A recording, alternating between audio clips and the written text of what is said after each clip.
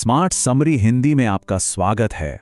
आज हम बात करने वाले हैं एक ऐसे लेखक और विद्वान की जिनके शब्दों ने लाखों लोगों को एक नई उम्मीद दी है, लेकिन साथ ही उनके काम ने गहरे विवादों को भी जन्म दिया है।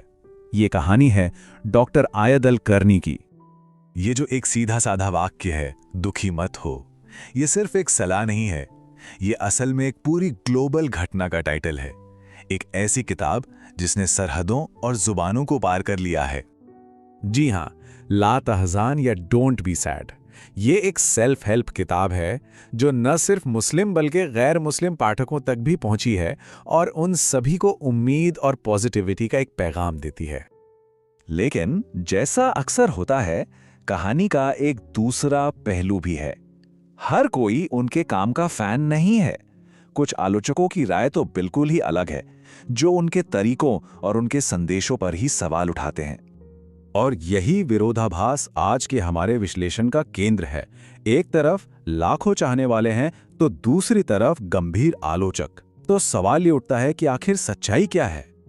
तो चलिए, इस पूरे मामले को समझने के लिए हम इन पॉइंट्स पर गौर करेंगे। हम देखेंगे कि कैसे उनका काम एक ग्लोबल घटना बना, एक विद्वान और एक उत्तरजीवी के तौर पर उनकी जिंदगी कैसी रही, खुशी को लेकर उनकी क्या शिक्षाएं हैं, मीडिया में उनकी क्या भूमिका रही, उनसे जुड़े विवाद क्या हैं और आखिर में उनकी विरासत कितनी जटिल है। ठीक है, तो चलिए शुरू करते हैं उनकी जिंदगी से।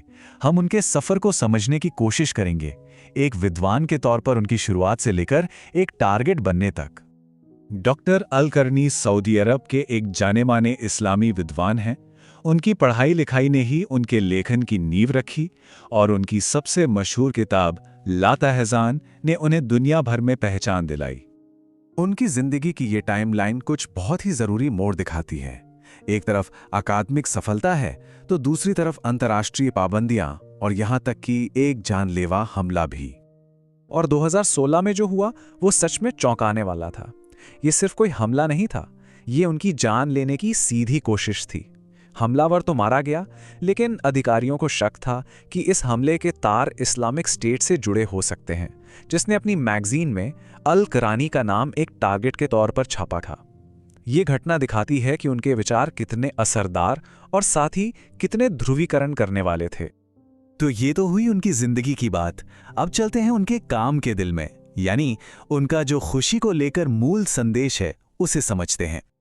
उनकी एक बहुत ही लोकप्रिय किताब खास तौर पर महिलाओं को संबोधित करती है, जो विश्वास के जरिए खुशी पाने के रास्ते पर आधारित है। इस किताब का मकसद बहुत साफ है, महिलाओं को रोजमर्रा की जिंदगी की परेशानियों से निपटने में मदद करना। ये कुरान और सुन्नत यानी पैगंबर मोहम्मद की परंपराओं की रोशनी में प्रैक्टिकल सलाह के जरिए रूहानी सुकून और खुशी पाने का रास्ता बताती है। किताब में जो आंतरिक शांति के स्तंभ बताए गए हैं वो सिर्फ पॉजिटिव थिंकिंग नहीं है, बल्कि ये विश्वास पर आधारित जिंदगी जीने के बारे में है। इसमें अल्लाह के फैसले को कबूल करना, शुक्र अदा करना और सब्र और माफी जैसे गुण शामिल हैं। ये जो कोट है, ये इस किताब का पूरा सार है। ये पाठकों को इस्लामी इतिहास की महान महिलाओं से प्रेरणा लेने के लिए प्रोत्साहित करता है और उनके गुणों को अपनी जिंदगी में उतारने की बात करता है। तो ये तो साफ है कि इस संदेश ने लोगों पर गहरा असर डाला, पर सवाल यह है कि ये संदेश इतने बड़े दर्शक वर्ग तक पहुंचा कैसे आज के इस मॉडर्न जमाने में। इसका जवाब है मीडिया। डॉक्टर अल करनी ने आज के जमाने के हर तरह के मीडिया का इस्तेमाल किया। ऑडियो लेक्चर से लेकर टीवी शोज और वेबसाइट्स तक उन्होंने टेक्नोलॉजी का भरपूर इस्तेमाल करके अपने विचारों को लाखों लोगों तक पहुंचाया। लेकिन जब आपका प्रभाव इतना ज्यादा बढ़ जाता है तो आप पर नजर भी रखी जाती है और आपकी जांच पड़ताल भी होती है, और यहीं से शुरू होते हैं विवाद और आलोचना। कहानी का एक बहुत बड़ा और विवादास्पद पहलू है अमेरिका की तरफ से लगाए गए प्रतिबंध। उन्हें नो फ्लाई लिस्ट में रखा गया है, जो इस बात का संकेत है कि उन पर गंभीर सुरक्षा चिंताएं हैं। लेकिन आलोचना सिर्फ सरकारी पाबंदियों तक ही सीमित नहीं है। कुछ लोग उनके लिखने के तरीके पर भी सवाल उठाते हैं, खास तौर पर गैर मुस्लिम स्रोतों का इस्तेमाल करने को लेकर। एक तरफ वो इस्लामी नायिकाओं की मिसाल देते हैं, तो दूसरी तरफ नेपोलियन की पत्नी या मैरी बेकर एडी जैसे विवादास्पद लोगों की तारीफ करते हैं। मेरी बेकर एडी की कहानी तो खास तौर पर विवादास्पद है। किताब में बताया गया है कि वो मैथ्यू के सुसमाचार को पढ़ने के बाद लकवे से ठीक हो गईं और फिर उन्होंने एक नया धर्म ही शुरू कर दिया। और इस कहानी के बाद किताब मुस्लिम महिलाओं से पूछती है, और आपने क्या किया है, जिसे कुछ लोग एक अनुचित तुलना मानते हैं। तो आलोचकों का तर्क ये है कि ऐसे उदाहरणों का इस्तेमाल करना ठीक नहीं है और इस्लामी इतिहास में ही कई ज़्यादा बेहतर और भरोसेमंद रोल मॉडल मौजूद हैं।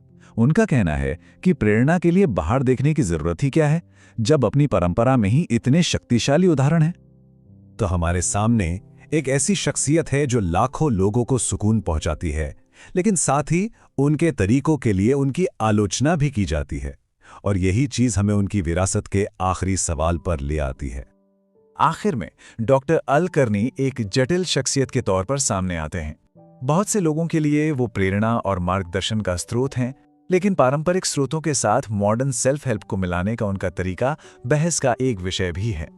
उनका काम ये सवाल छोड़ जाता है कि इन दोनों के बीच की लकीर आखिर है कहाँ।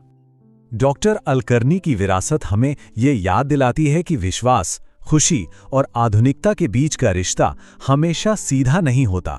ये एक ऐसी बहस है जो आज भी जारी है।